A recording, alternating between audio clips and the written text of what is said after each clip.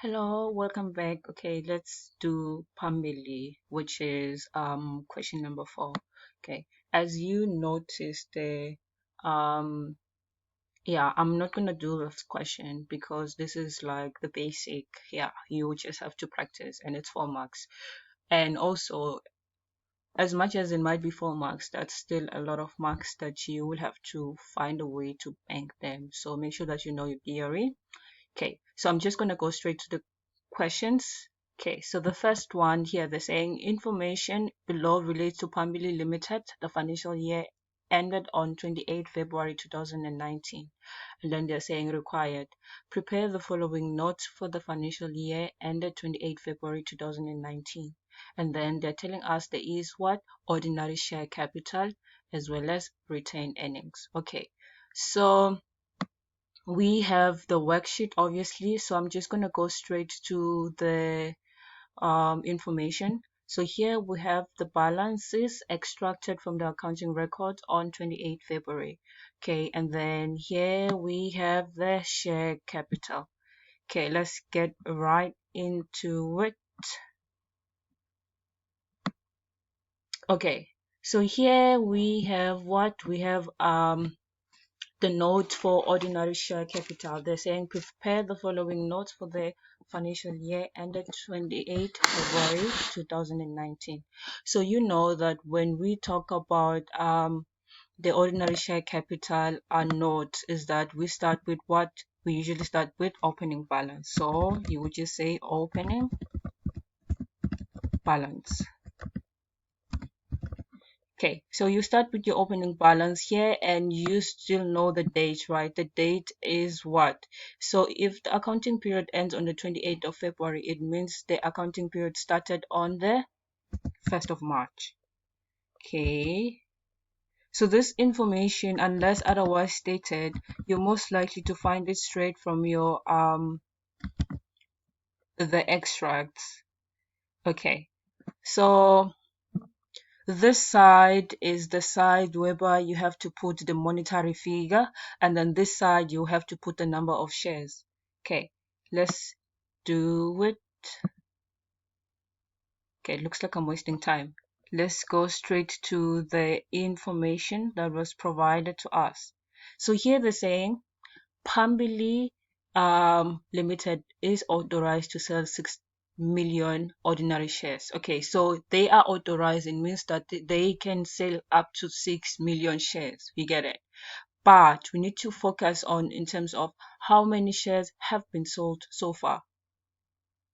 You get what I'm saying? Okay, how many shares have been sold so far? So here we can see that they're saying 500,000 shares were in issue on the 1st of March 2018. If you still remember, our opening balance is for the 1st of March 2018. Okay, let's see how much these 500,000 shares were worth. So here they're saying ordinary share capital 1st of March 2018. How much is it? You find out that it's 1,220,000. Okay, so we have two figures that we can apply here.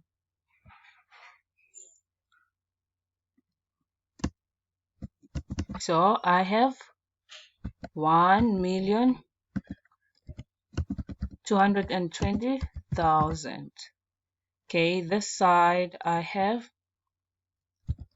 500,000.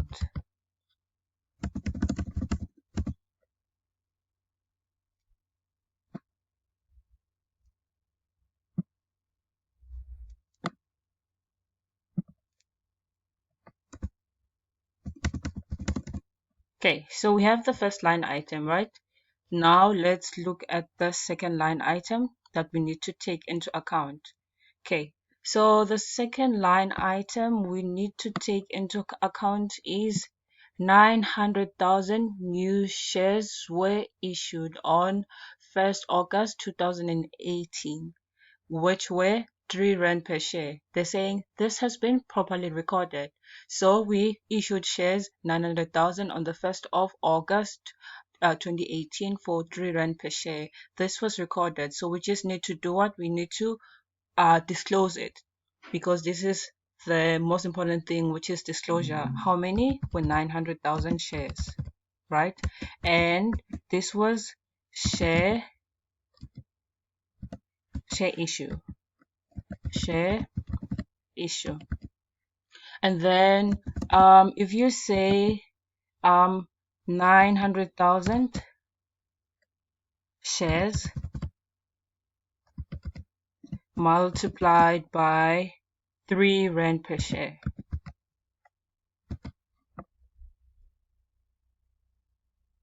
Okay, so 900,000 times 2 rand per share. If you can even multiply that without using your calculator, you just say 9 times 3, right? And then you just add all the zeros. Okay. So I am getting 2,700,000. Remember, when you're calculating here, you are always more than welcome to pause the video, do the calculation, and replay the video. Okay. So this is what we have in our issued shares. Okay, so now let's go back to the question and find out what is it that we need to do. So now they're saying 150,000 shares were repurchased on 10 January 2019 from a disgruntled shareholder for 75 cents above the share price. They're saying this transaction was not recorded. This shareholder does not qualify for final dividends. Okay, here's the interesting thing. So this person will not qualify for any dividends in the accounting period, and also it's going to be 150,000 shares, right? Repurchase. We don't know how much they were repurchased for, but we also know that there was 75 cents above the average share price, right? So here we just say how many shares? There are 150. We repurchase this, right? And then just say repurchase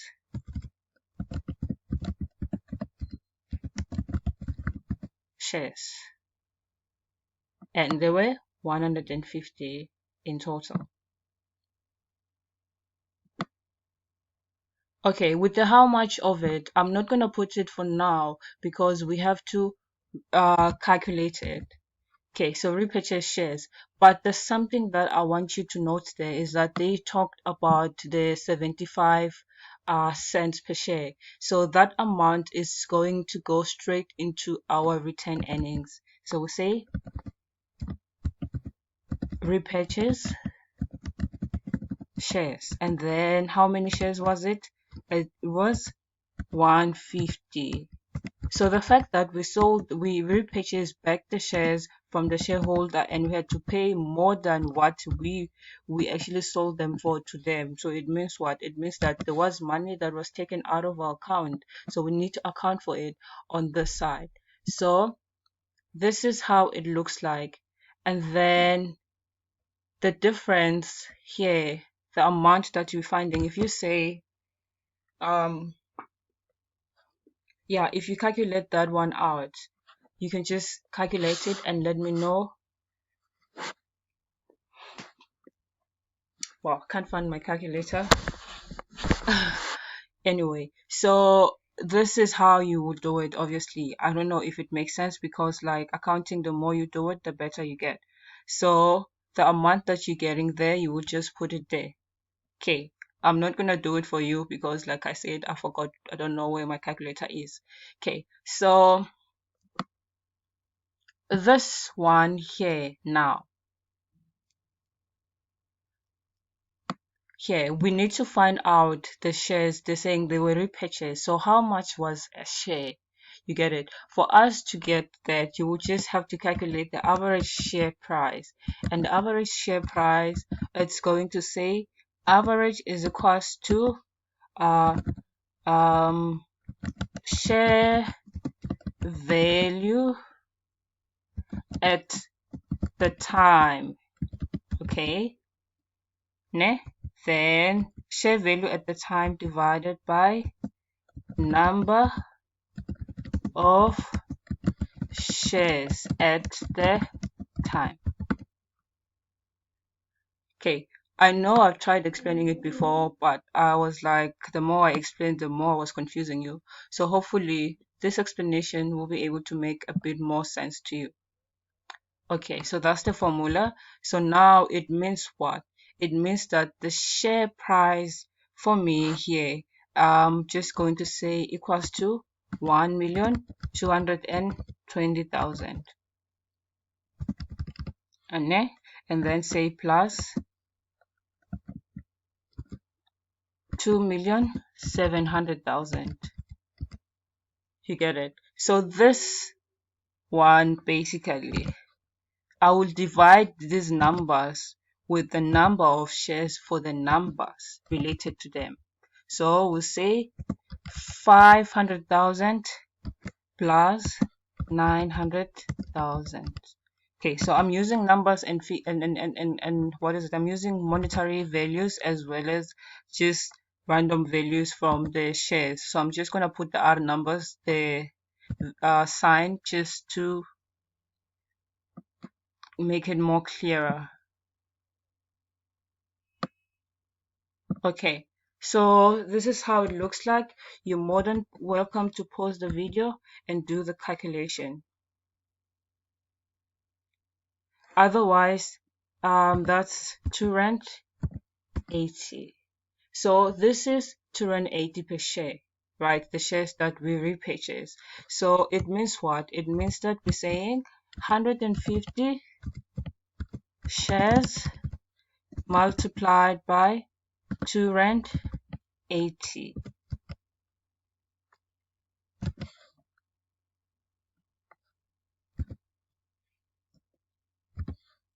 You get it? So the amount that you're getting here, it's the amount that needs to be put here.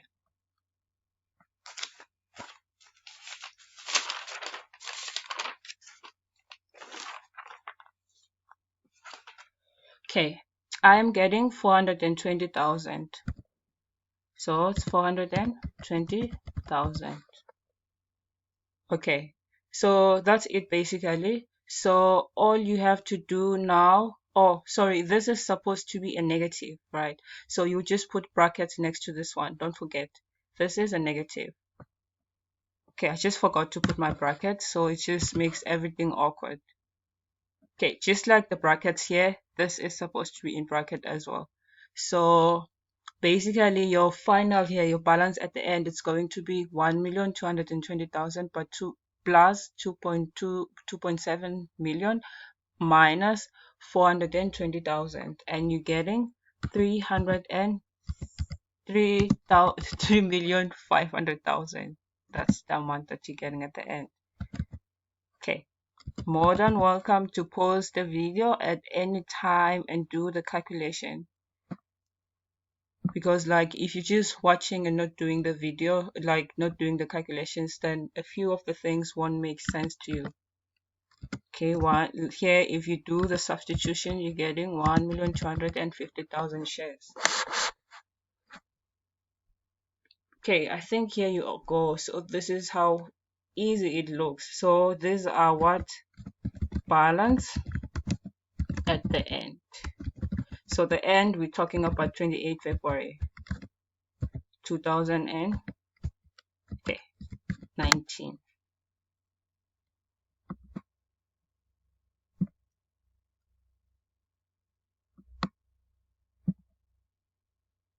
It looks easy, right? Okay.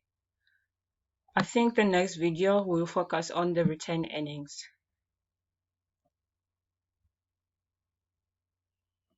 Retained earnings note here. Okay, so the nice thing about the note here is that like we have already started with it when we were doing the share capital note, so it should be easy now to tackle this one. Okay, so here I'm pretty sure you were able to calculate the 150,000 multiplied by 75 cents. Yeah, so if you work it out, the amount is 1,000,000. Oh, it's 112,500. Okay, I think, yeah, that's the amount. So remember, it's supposed to be in brackets because we say that we have to minus it out from profit because we did what? We paid, right? Okay. So the next line item here will have to be net profit after tax.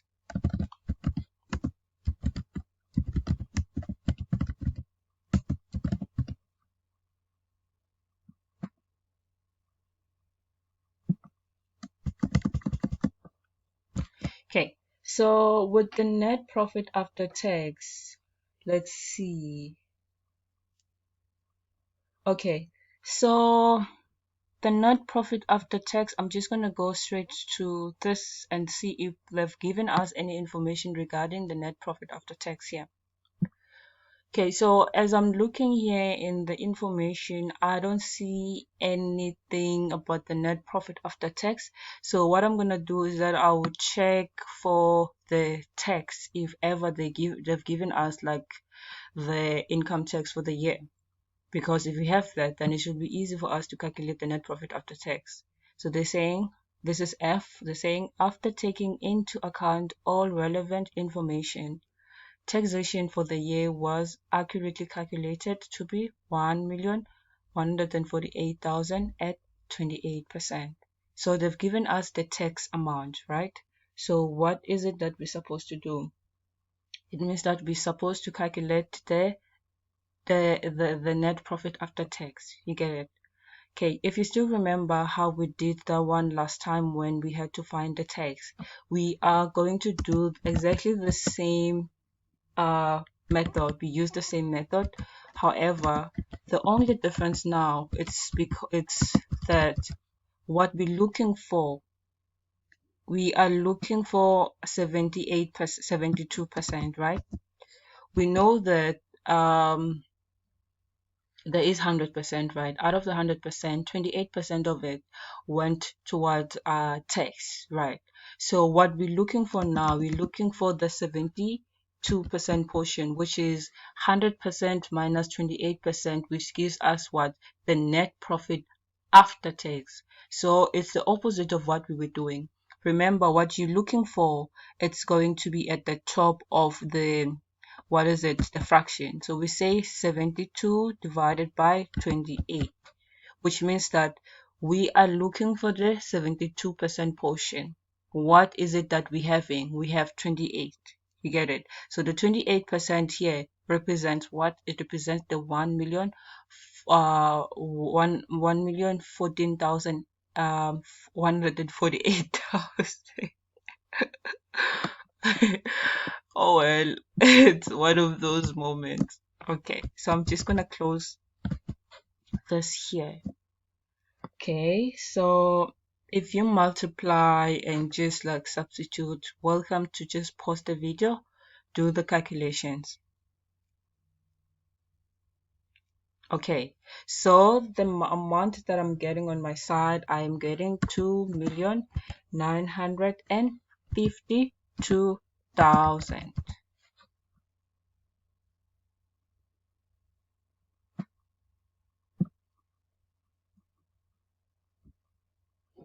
Okay, so this is what we're getting. So it means that we're done with that section. So now we can go to ordinary share dividends. As you know, ordinary share dividends, we have what? The interim dividends. We have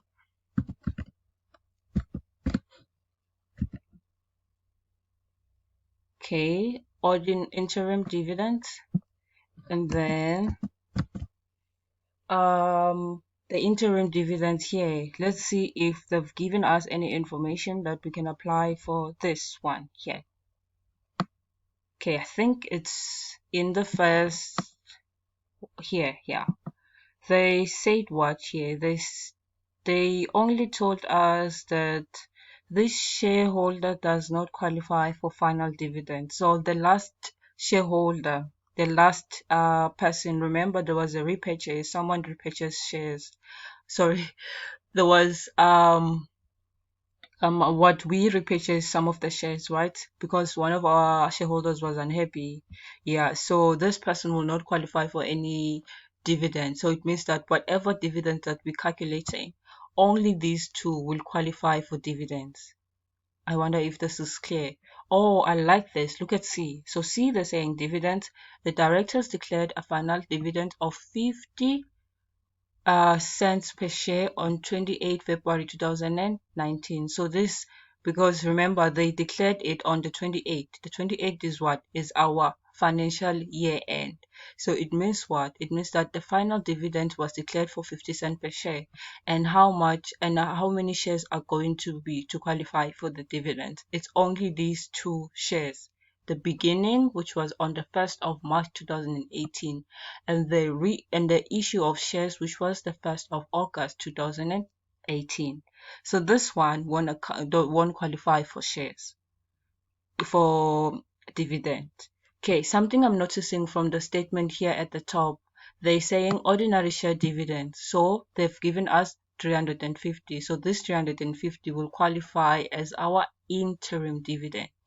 You get it? So this must, like, chances are it was declared during the period, during the year. So we have our interim now. So it means what? We're not gonna calculate interim because it has been given to us. So I'm just gonna put here 350,000. Okay. And then after putting that one, then we can put our final. So final dividend. Remember, they told us it's 50 cents per share, and the last person who repaid, who we had to buy back the shares, doesn't qualify for any dividend, right? So if we were to work it out here, we will say 50 cents, right? So 50 cents, it's okay, times how many shares do we have in the period? So it's the shares, basically it's the final one, the final balance here, because anyway the what is it the dividends were declared at the end of the year, and that person doesn't qualify to get dividends. You see, because we had 500,000, right, plus 900,000, and then we said minus 150, which is him. So it means that we'll say this multiplied by 1,250,000. You get it? So with this, then it just basically means that the dividends for this year, you're more than welcome to pause the video and do the calculation. Okay, so what I'm getting a 625,000. You get it? So if you add these two together, you should be able to get an amount that is 975,000.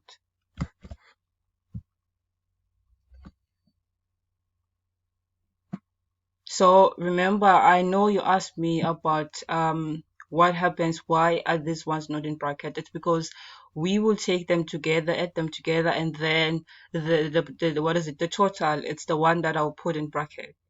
Okay, so to get my final balance now, which is the balance at the end of the year, I'll have to say what? I'll have to say opening balance, right? Minus repurchase of shares, plus net profit for the year, minus ordinary share dividends. Pause the video, calculate.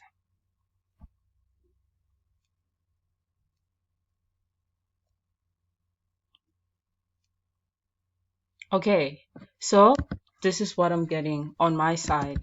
You can just confirm if you are getting the same amount. If you're not getting the same amount, redo your calculations over again. It's okay. So we are done with share capital as well as return earnings or return and income. Yeah, I'm just now going to Like we now going to go straight to the balance sheet, which is very straightforward and easy too. Okay, so now we are doing the balance sheet since we are done with the first two notes. Okay, the balance sheet should be easy, ne? So we're just gonna go straight back into the information because remember, this is the format or this is how the statement looks like, right? You have the assets, current asset, then we have total assets, and then we can move on to the equity and liabilities.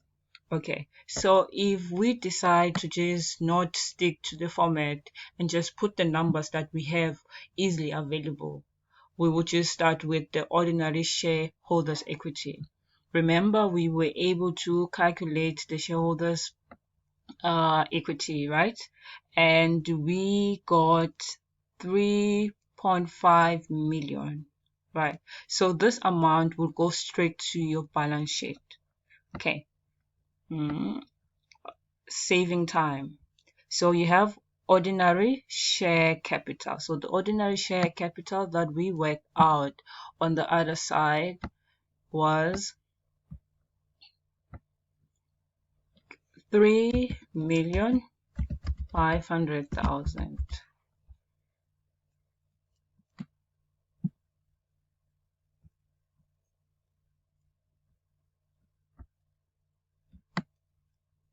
Okay, so we done with that. The other thing that falls under ordinary shareholders equity, it's your retained earnings or retained income.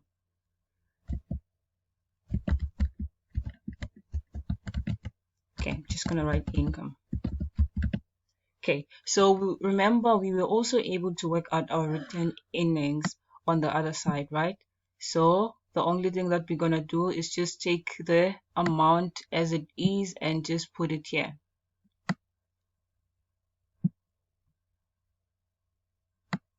Okay, let's see how much that is on the other side.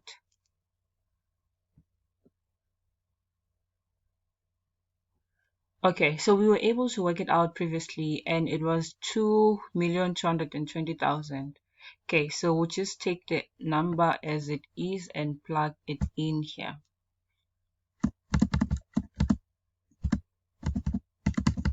Okay, 2,220,000. Okay, so we are done with that one that was very obvious. Okay, so we can now go back straight to what? Straight to assets and non-current assets. So with our non-current assets, obviously we'll start with our fixed assets. Fixed assets. Okay, as far as I remember, there was no other additional information regarding the fixed asset. So it means what? It means that we're just going to take the amount of money from the pre-adjusted trial balance and then just plug it in here. Okay, so this is a special circumstance. It's not always like that. Ne? So it was just like because of this activity per se. It's just a unique situation. Usually you will have to do a lot of calculations to come up with what is the fixed asset. So here they're saying fixed asset at carrying value is 1,499,500. So we're just going to take that one as it is and just plug it in. So it's 1,499,500. So that is our fixed asset.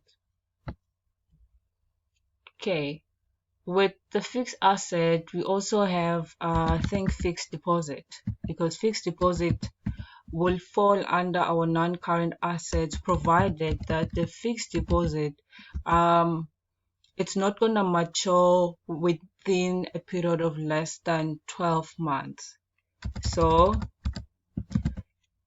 if it matures a period more than 12 months, then it means what? It's a long-term fixed deposit and it must be included in our non-current assets.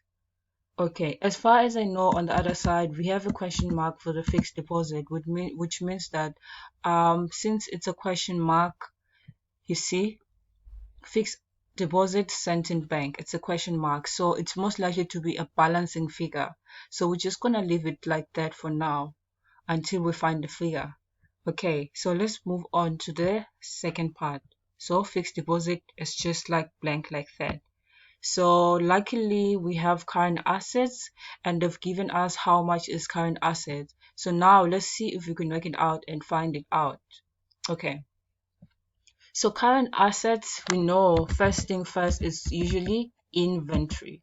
So inventory is all the stock that is on hand at that moment. It includes things like your consumable stores on hand as well, and your packaging. If ever there was a packaging that was still outstanding or still have not been used by the end of the period, we will include it together with the inventory note.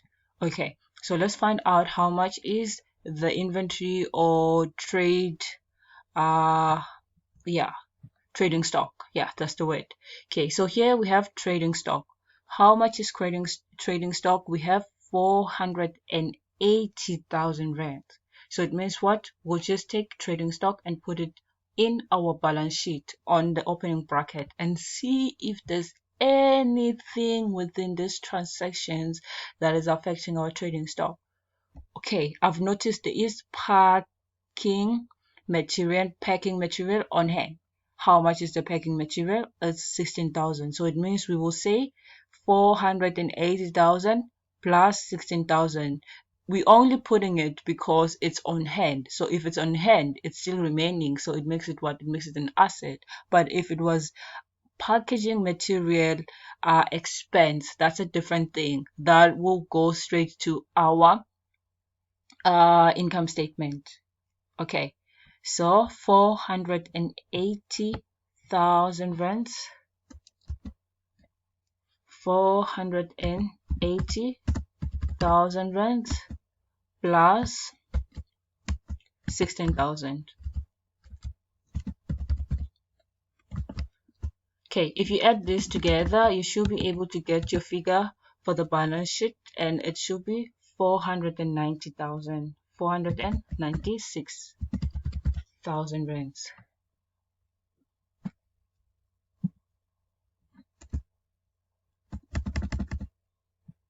Okay, so we have finished that one, and then the next thing here we have trade and other receivables.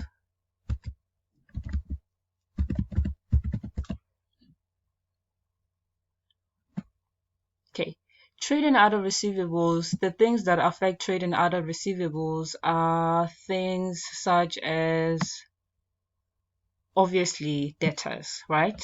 So anything to do with debtors will be included.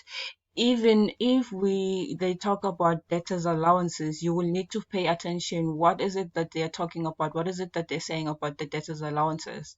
So here we have debtors control. Debtors control is how much? Is 400,000. Okay, so we have 400,000 worth of debtors control. And then here they're telling us there is provision for bad debts, which was when? The 1st of March 2018. So this was at the beginning. So we don't have to do anything with this one. We're just going to leave it as it is. However, now let's check if there's anything that's affecting debtors on our adjustments. So here they're saying provision for bad debts.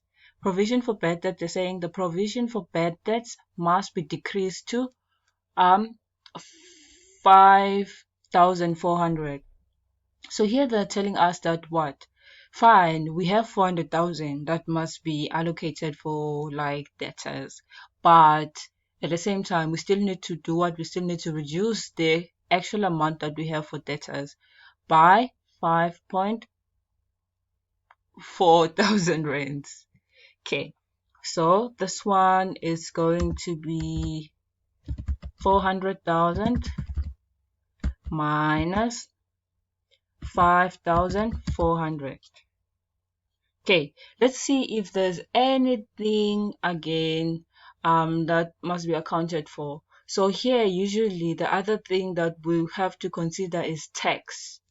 Ne, I know that I'm like, you know that tax, sometimes you put it in your trade payables. So with the tax situation, if it happens that the amount that is on the adjustment on the pre-adjusted trial balance here, it's somehow more than what we paid. So this one, it says what? It says SARS income tax. Then they're saying provisional tax payment. So provisional tax payments, it means what? It means that as a business, we took out 1,180,000 and we paid to SARS. You get it? We paid before we calculated. We paid before we calculated how much exactly are we supposed to pay. You get it?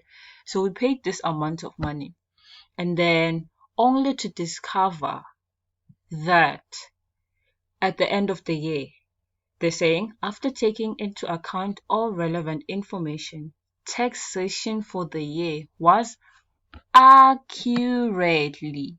So this word is very important. Ne? So this word is telling us that we were able to accurately, the correct amount, you get it, was calculated to be 1,148,000 at 28%. You get it? We paid this. This is what we paid. Right. But when we calculated,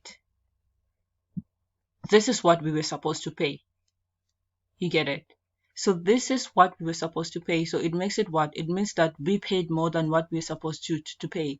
So SARS is owing us money. You get it? We are expecting to get money from SARS because we paid more than what we were supposed to pay. So with that, then we'll have to do the adjustments accordingly in our balance sheet, because our balance sheet records what? True representation. Okay, so I'm just going to put a bracket here and just work it out.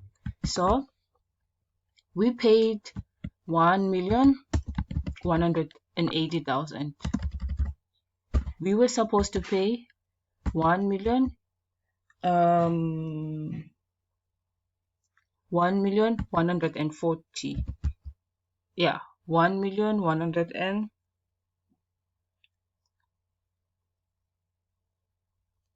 Okay, I think I have a Zuma problem. Yeah, so this is what we paid. This is what we were supposed to pay. I don't know if it makes sense. I'm just going to double check my numbers just to be sure if the Zuma problem is not too much. Okay. Oh, you see, it's 1,148,000. Okay, 1,148,000.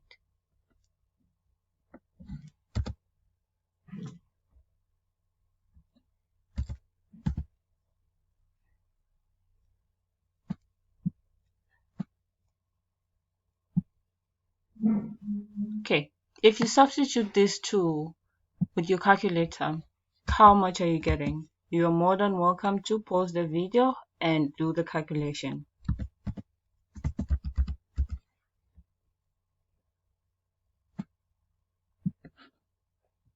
Okay, so I'm getting 32,000. So here, this amount is increasing what is owed to us. You get a trade and other receivables. It's something that we are expecting to receive, something we're expecting to get. From where? From the bank. So we are going to say plus. Okay, I don't have space here, but you just know that we're saying plus 32,000.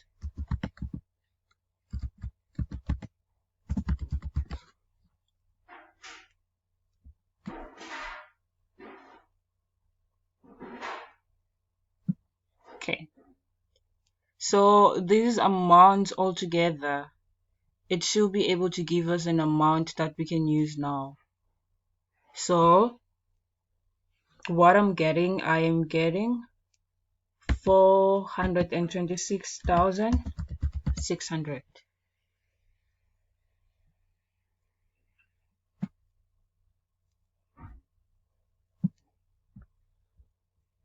Okay, so yeah, so this is what I'm getting.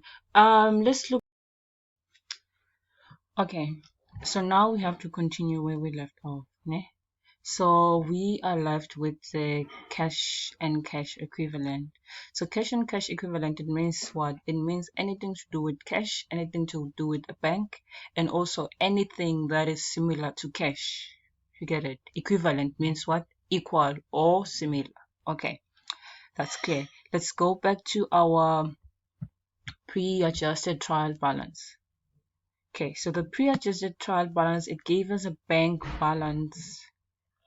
Okay, so they're saying bank favorable 1,010,100. Okay, here's the key. Ne? If bank is written as unfavorable, then it means what? It means that this amount of money, you are not allowed to put it anywhere near your assets. It will go straight to your liabilities. Favorable, it means good. It's in favor. You get it? When they tell you that you have favor, or they tell you that you, like someone favors you over another person, it means what? It means that you are in good standing. You get it? But if ever it says unfavorable, it means something bad. You get it? We are owing. It's an overdraft. You get it? So you will take it straight to current liabilities. Don't forget that. Unfavorable, it means what? It goes straight to your current liabilities.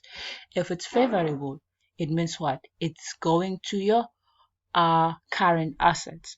Okay, 1,010,100.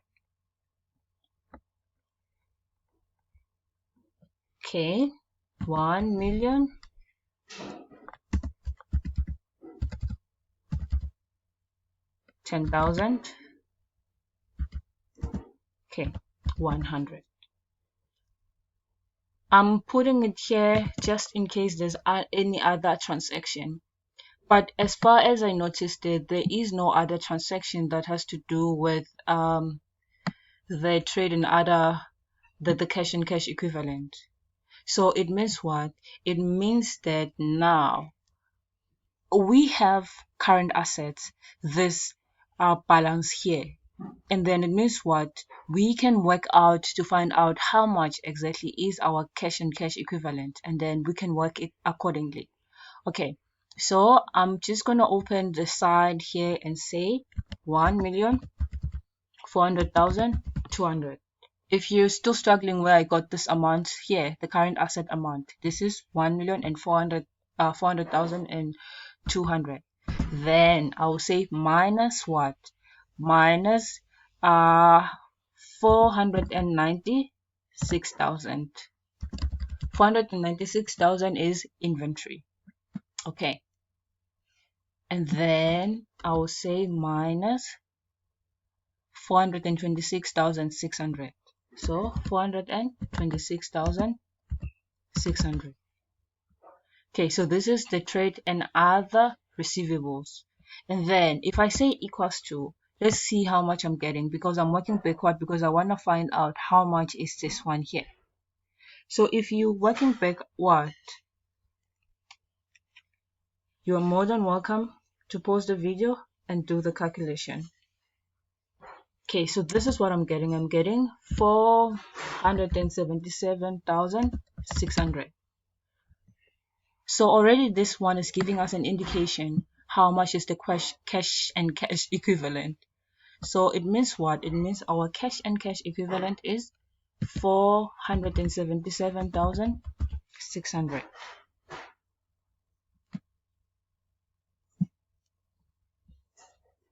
You see, so with this amount, then it means what? The 1,010,100 needs to be adjusted, right? So how is it going to be adjusted? It's easy. If you say this minus this, let's see how much you're getting. If you say 1,000,000 and 10,100 minus the 477,600, you should be able to get 532,500. Obviously in your exams you just don't waste time, ne? If it happens that there is a missing figure like this, leave the missing figure and you're still struggling how to answer it, you leave the missing figure and answer what you know. And then if it happens that you finish early and you have extra time, then you can start spiggling with these things around, because these are just method marks, ne? This is a method mark, this is a method mark. So it means that not everyone is most likely to get it, but whatever you did right, you will still get a mark, even if it's not correct. So that's what I like about accounting. Okay, so we're done with that side. We actually only left with the fixed deposit. Remember, we said that will be our balancing figure. So it means what? We have to fill up our equity and liability section, and then from that we should be able to work out how much is fixed deposit on the asset side. Okay, I like this one here. I'm just gonna skip loan for now and just do it at the end as we do it together with what's the word, as we do it together with our current portion of loan. Okay, so remember, when it comes to trade and other payables, we're talking about anything that we are owing as a business, right? I know that's just a bit of an exaggeration, but yeah. So what are we owing as a business? Okay, we owing creditors control. We have credit agreements with other shops or suppliers, and then we're owing them. So the first one is 177,500. Other things that we owing: accrued expenses. Remember, the word accrued means what? It's something that should have been paid but is not yet paid. Should have been paid but is still not paid. You get it? That's an accrued. Income received in advance. We owe income received in advance. Why am I saying that? It's because the person, whoever they are, that decided to pay us in advance, like let's say they were supposed to pay us for January, just January only, but they decided to pay us for January and February. It means what? We owe them for February. You get it? So until February lapses, we still owe them for February. Yeah.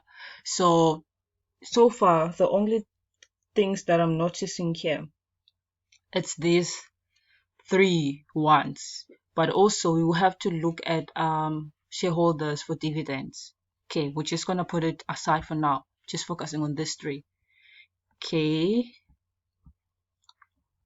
first one here, it's the creditors. It's 177,500 plus our accrued. Our accrued was 10,000 rands plus our I think it was income received in advance, so it was 11,500.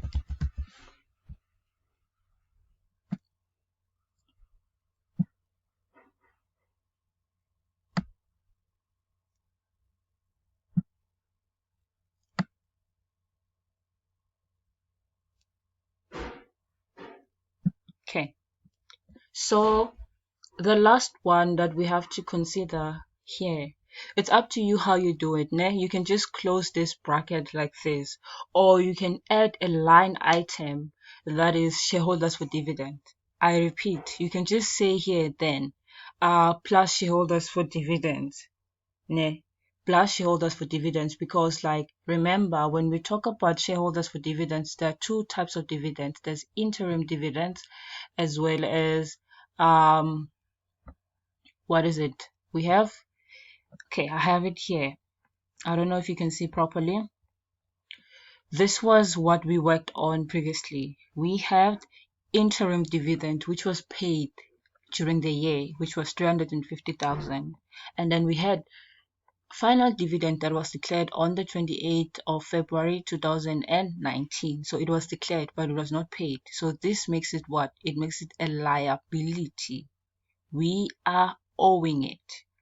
You get it? We owe our shareholders this dividend. So it means what? It means it's a liability, trade and other payables. Until it's paid, we have to account for it here. So we'll say plus 625,000. Remember, it's up to you how you do it. You can add it as part of our trade and payables, or you can just put it as a line item as shareholders for dividends, and then you put the amount of money. Clear? Okay, so if you add all of those amounts together, you should be able to get,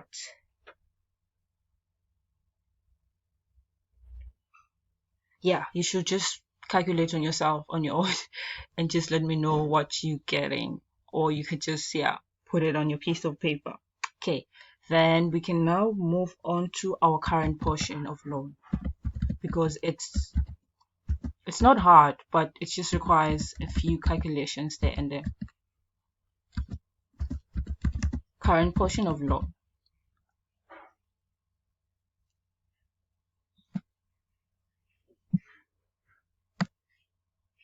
Okay, with the current portion of loan, we will do it simultaneously with our loan. Ne? Okay, so there is few information to take into account before we do the loans side of things. Okay, so here like they've given us, they're saying loan from VDS Bank is 1,376,000. Okay, that's clear, right? Okay, and then they are giving us information here. They're saying the loan was received on the 1st of September 2016. Okay, 2016, and then remember we are currently on 2019. And then they're saying this loan is to be repaid over 6 years in equal monthly installments with effect from 1 October 2016. And then they say all payments have been made. So there's no accrued, or there's no payment paid in advance, like, yeah, type of a situation, prepayments. And then they're saying interest is not capitalized and has been paid in full. So here are the most important things that you need to know, is that we took the loan out on the 1st of September, and then we started doing payments. When? We started doing payments on the 1st of October 2016. And then they're saying all payments are paid, like we pay payments in like equal monthly installments. So all payments are equal, the same. So it makes things a lot more easier.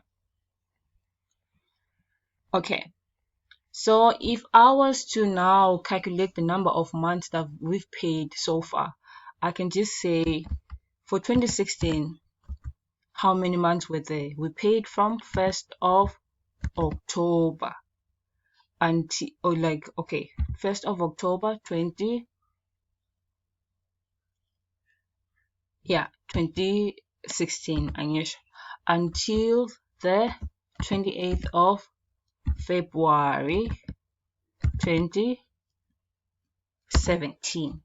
You get it? So this is the 2017 year of assessment. You get it? So this means what? It means that how many months are here? These are 5 months. Right? Wow, can't write months, but anyway. Okay, so this was 2017, right? And then if you move on to 2018, we paid for the full accounting period. So this will be 12 months, right?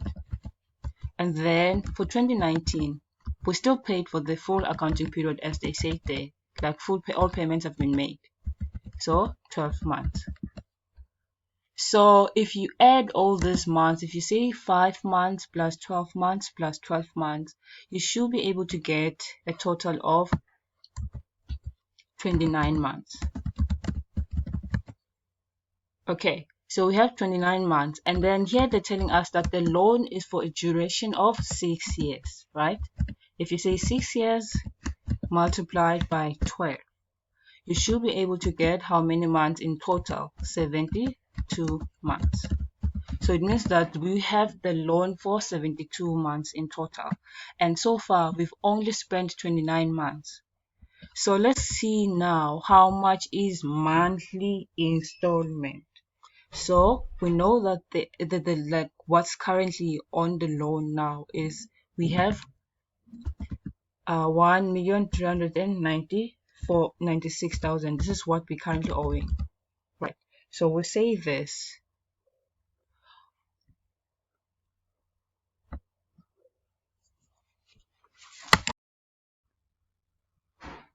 Okay, so as we were continuing here, 1,376,000, right?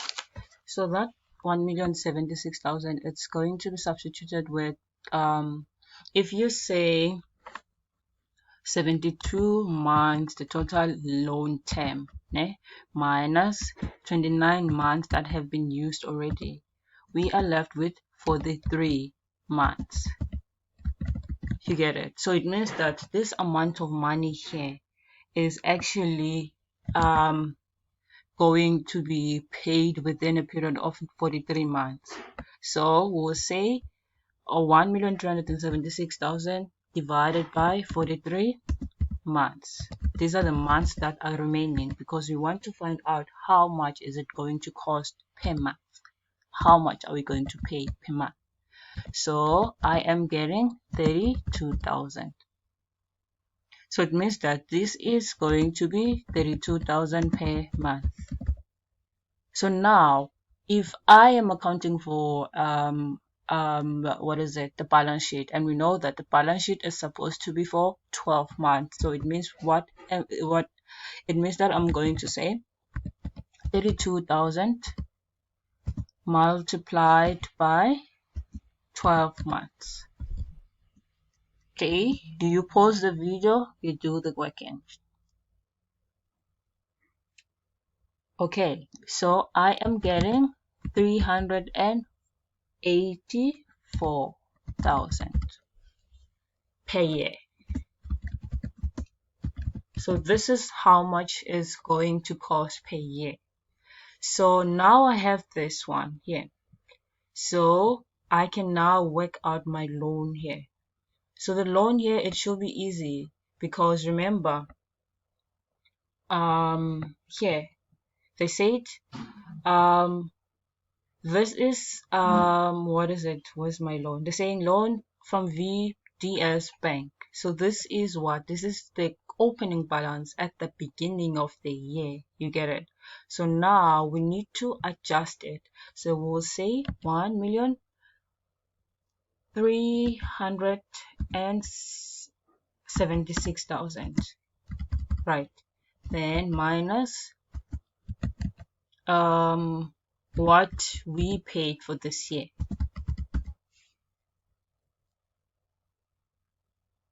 Okay, so this is what we were owing.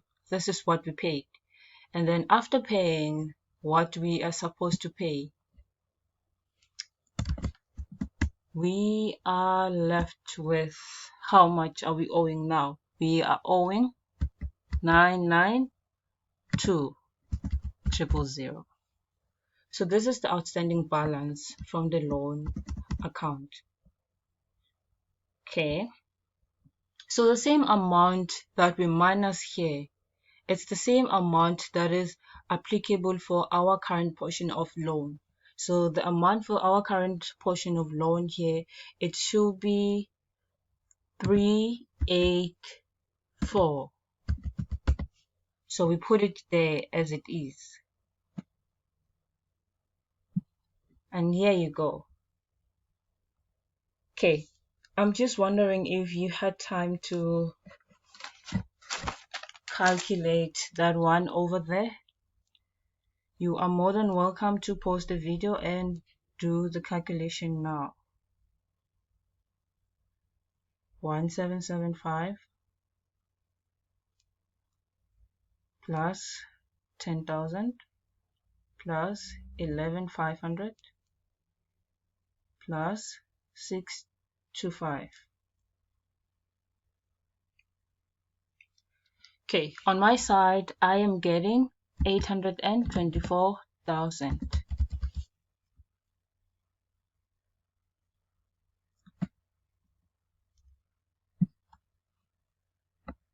Okay, so here we go. We're done with our ordinary shareholders' equity.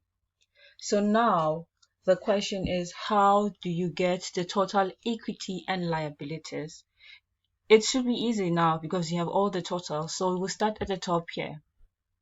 We'll say 3,500,000, right? Plus 2,220,000, right? And then we'll say 992,000 plus, okay, so yeah, I like this one here because it have already given us how much is it, right? So if you add everything together, yes, yes. So after adding the 99200, you say plus what? Plus this figure here. It's 1,000,000, 1,208,000. And if you double check, you find out that we get the same amount here at the end, right? So it means what? It means that our total assets need to be 7,920,000 as well. So I'm just going to go here and say 7,920,000.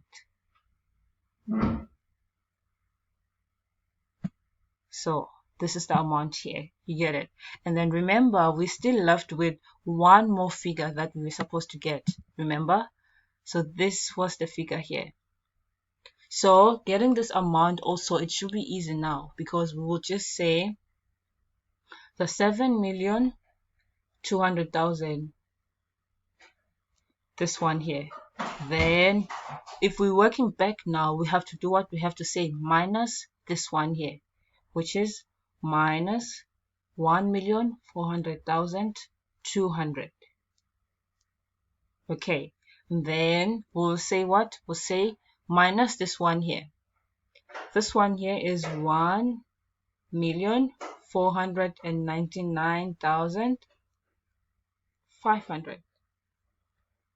You get it? And then our fixed deposit, what is it that we're getting? We're getting 5,000,000 and 5,020,000 and 20,300. Yeah. And here we go. You're done with your balance sheet and you should be able to get the full marks. 29 marks just for doing all of this. Okay, let's check the memo if we did it correctly.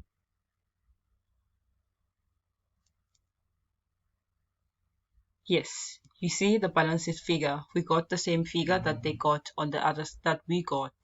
Yes, we got the same figure that they got. Yes. Even here, when we were talking about the cash and cash equivalent, remember this figure that we got on the side. You can also double check on your workings just to be sure. And then here's the thing that I want you to notice here from the memo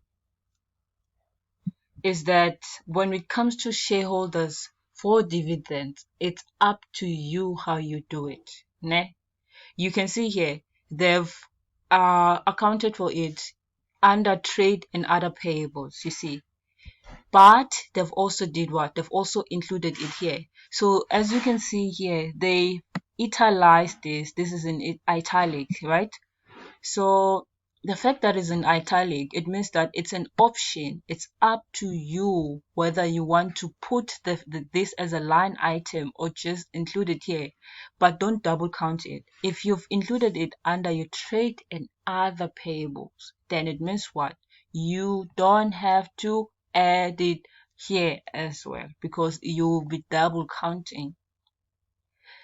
Like for example, let's say here on your trade and other payables, you just said the creditors plus the accrued expenses plus the payment in advance, right? So you will just say this, it doesn't exist.